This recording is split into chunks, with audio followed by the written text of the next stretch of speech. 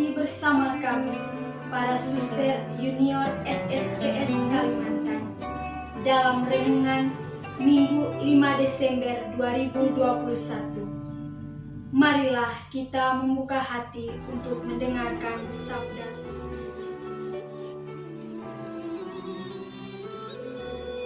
Semoga Tuhan beserta kita, sekarang dan selama-lamanya. Inilah Injil Tuhan kita Yesus Kristus menurut Lukas.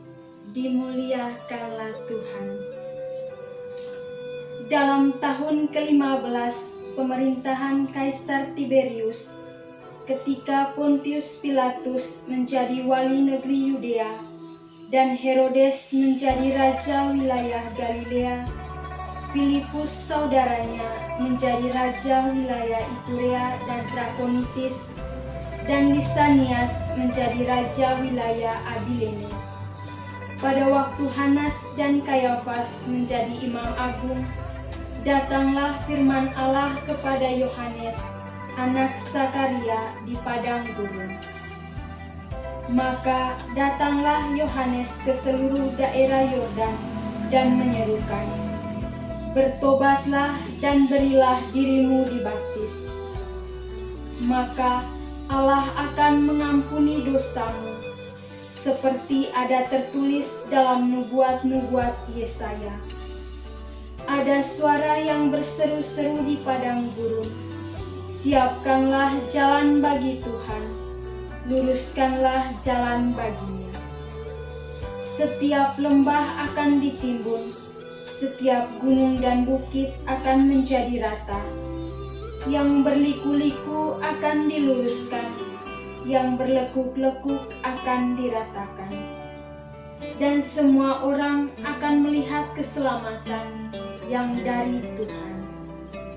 Demikianlah sabda Tuhan. Terpujilah Kristus.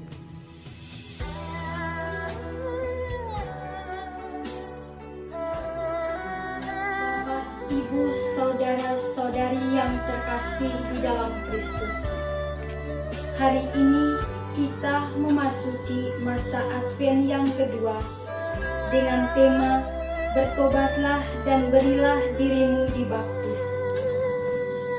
Kata pertobatan seringkali kita dengar dan kita ungkapkan setiap hari di kalangan kita, baik di komunitas biara maupun dalam hidup berkeluarga, bahkan dalam hidup bermasyarakat. Pertobatan ini sering kita ajukan kepada orang-orang yang melakukan kejahatan-kejahatan yang besar, seperti korupsi, pembunuhan, pemerkosaan, penganiayaan, narkoba, dan lain-lain.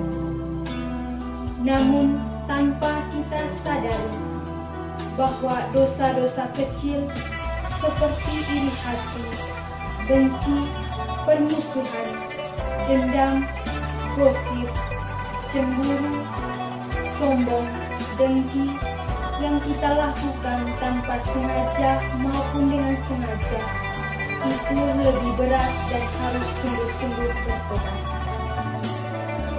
Hari ini pun penginjil Lukas menggambarkan kepada kita seorang tokoh besar, yaitu Yohanes Pembaptis, yang dengan berani mengatakan kebenaran kepada orang-orang Yahudi, bangsa Israel, supaya mereka percaya dan bertobat, serta sungguh-sungguh mempersiapkan hati dan batin untuk menyambut kedatangan Sang Mesias atau Juru Selamat, dan mau memberi diri untuk dibaptis agar terbebas dari dosa.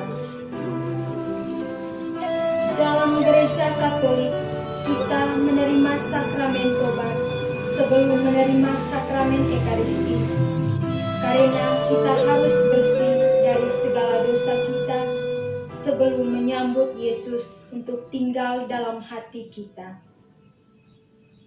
Bapak, Ibu, saudara-saudari yang terkasih, Pembaptisan yang dilakukan oleh Yohanes di Sungai Yordan merupakan suatu simbolis agar kita menjadi bersih dari dosa-dosa kita.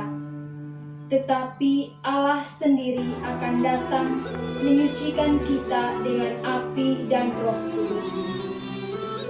Maka di hari Advent kedua ini, kita diajak untuk kembali membenamkan diri, meneliti seluruh dosa-dosa kita, baik yang disengaja maupun tanpa sengaja, supaya kita bisa menyambut kedatangan Tuhan dengan hati yang murni dan suci. Bapak, Ibu, saudara-saudari yang terkasih, saat ini kita tengah mengalami berbagai macam pencobaan, terutama wabah virus corona. Kita melihat itu sebagai kutukan dari Tuhan atas dosa-dosa kita, sehingga banyak orang yang meninggal. Namun kita perlu merefleksikannya bahwa semua itu adalah peringatan dari Tuhan, agar kita selalu sadar dan bertobat dari dosa keserakahan kita. Mari kita hari ini diajak oleh Yohanes Pembaptis untuk kembali ke jalan yang benar, agar kita mengalami keselamatan dari Allah sendiri dan boleh menikmati kemuliaan. Semoga Tuhan memberkati.